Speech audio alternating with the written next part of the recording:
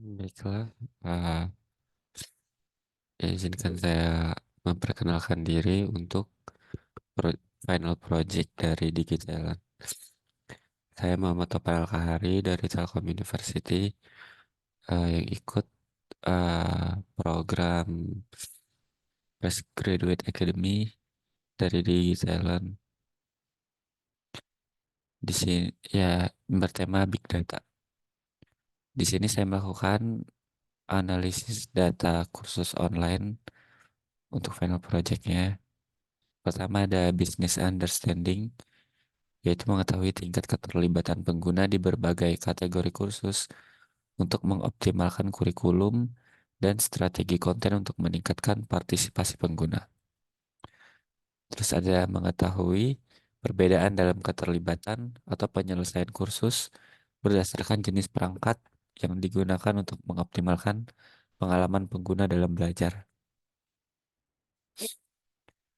Datanya sendiri saya ambil dari Kaggle di sini, di mana fiturnya ada user ID, course kategori, time spent on course, number of videos watched, number of quizzes taken, quiz scores, completion rate, device type, course completion.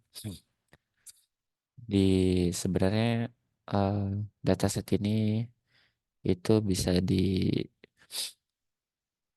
dilakukan machine learning untuk mencari target variabel ini untuk predictive analytics. Yang terus untuk exploratory data analysis itu mengetahui kategori kursus apa saja yang terdapat pada dataset. Explore dataset menggunakan statistik sederhana menggunakan Python, encoding, dan melakukan visualisasi. Main challenges yaitu bagaimana pola keterlibatan pengguna di berbagai kategori kursus, apa yang mendorong pengguna untuk lebih banyak menonton video atau mengikuti kuis. Yang kedua, apakah ada perbedaan dalam keterlibatan atau penyelesaian kursus berdasarkan jenis perangkat yang digunakan? Dan yang ketiga, bagaimana cara agar bisa menargetkan kampanye pemasaran berdasarkan data keterlibatan pengguna. Di sini saya setelah saya cari tahu kategori kursus yang paling sering ditonton pada dataset ini adalah kategori dengan value 3 yang berarti programming. Dan yang kedua ada kategori kursus yang paling sering diselesaikan pada dataset.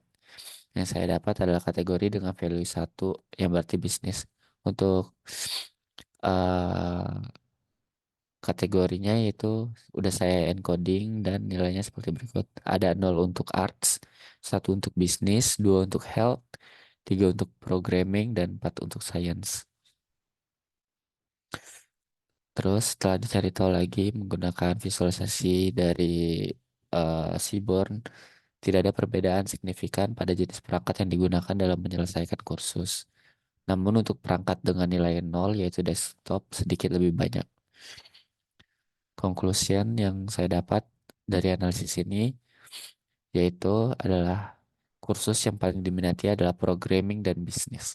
Walaupun tidak ada perbedaan yang signifikan antara penyelesaian dengan perangkat desktop dan mobile, perusahaan harus meningkatkan pengalaman di perangkat mobile.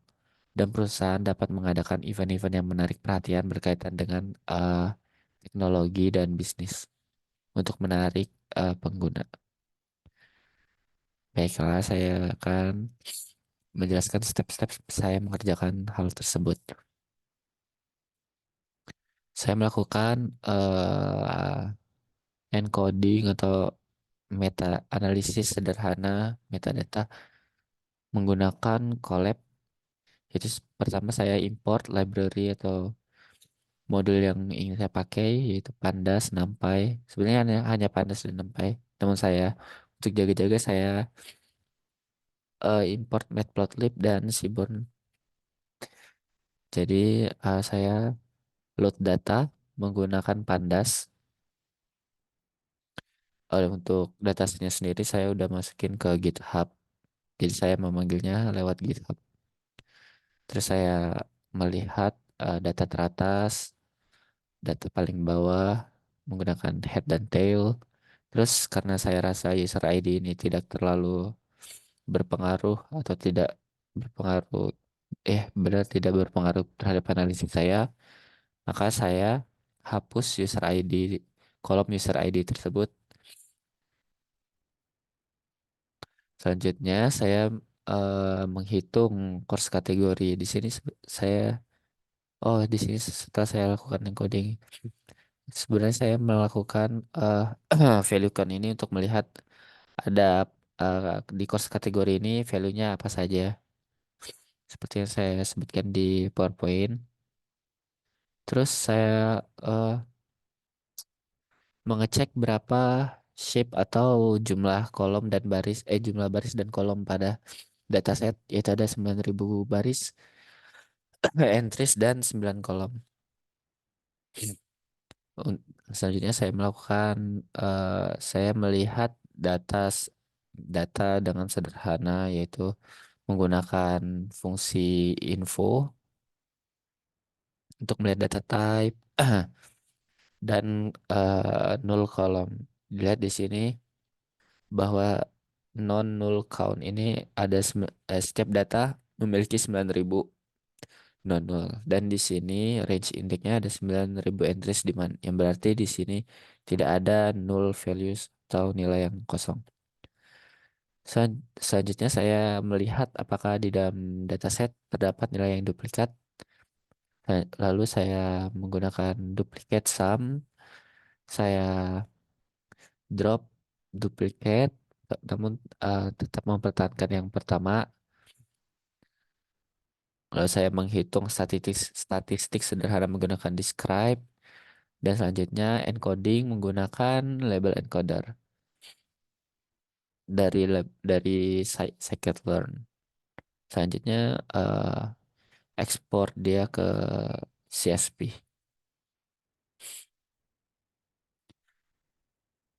Selanjutnya ada saya membuat database sederhana, hanya satu table, namun saya menambahkan dari variabel tersebut, saya menambahkan ID untuk primary key-nya dan auto increment. Baik, di sini ada code untuk code untuk PyCharm, code untuk aplikasinya menggunakan PTK Inter. Di sini saya insert ke database menggunakan Pandas dan MySQL connector. eh Ya, di sini ada fungsi insert untuk memasukkan variabel-variabel ke table course data, dan commit eh, ke database. Baiklah, lanjut aja karena waktu kita tidak banyak, lanjut aja ke sini. Di sini saya mengimport library atau modul yang saya butuhkan, ada tkinter, MySQL connector, Matplotlib, Seaborn, dan Pandas. Hmm, dan sudah dialiaskan. Terus ada koneksi ke database menggunakan MySQL connector. Ada terus ada fungsi untuk mengambil data dari database. Di sini ada query select from course data dan dimasukkan ke variable data. Lalu ada eh, karena saya ingin membuat suatu aplikasi atau program yang di mana user bisa memilih variabel apa saja dan visualisasi apa yang ingin dia lihat. Jadi saya membuat kolom yaitu untuk mengambil kolom dari kursor untuk mencocokkannya dengan data yang dipilih di di di dipilih oleh user. menggunakan menggunakan cursor dot description dengan indeks ke nol itu biasanya eh itu akan mengambil nama kolom. Terus membuat visualisasi. Di sini saya membuat visualisasi heat map. Nah, itu alasan saya mengubah kategori course kategori itu mengencode course kategori tersebut agar bisa melakukan heat map korelasi visualisasi heat map. Jika saya tidak melakukan encoding, maka heat map ini bakal error karena course kategori tipe datanya tidak numerik. Selanjutnya ada scatter plot yang dimana xvar dan yvar ini didapatkan dari drop down.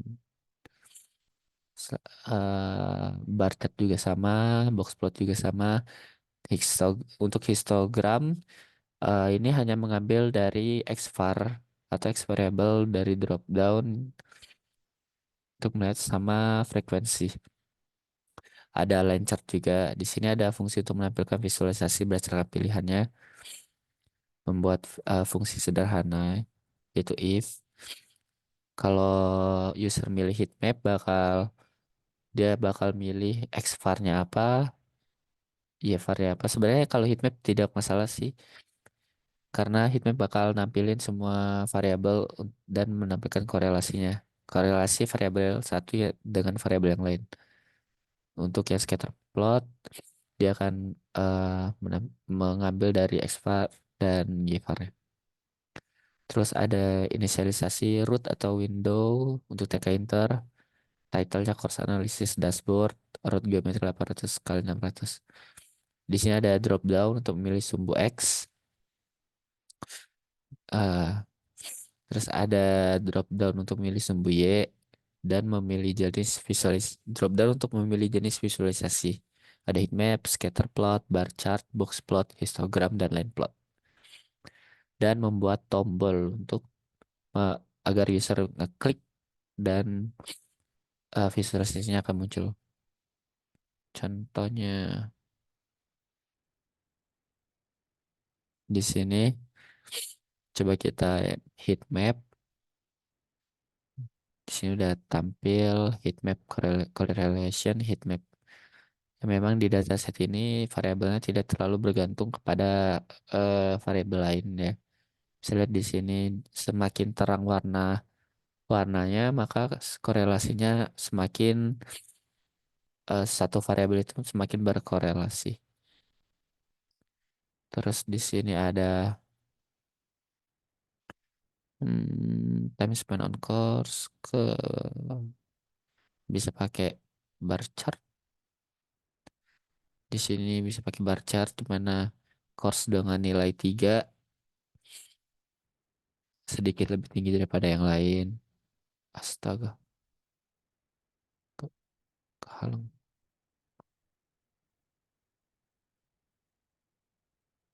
Terus ada quiz score, semua box plot dengan course kategori 2 itu lebih tinggi sedikit daripada course kategori lain.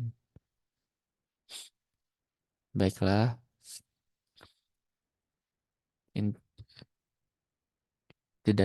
inti dari program saya itu agar user dapat memilih variabel apa di sumbu X, variabel apa di sumbu Y, lalu memvisualisasikan dengan tipe apa yang dia inginkan. Untuk pengambilan dari database-nya sendiri, saya hanya menggunakan query select ya. Tidak tidak menggunakan insert atau update seperti itu. Baiklah, sekian presentasi dari saya. Eh, Terima kasih. Sehat-sehat semua ya.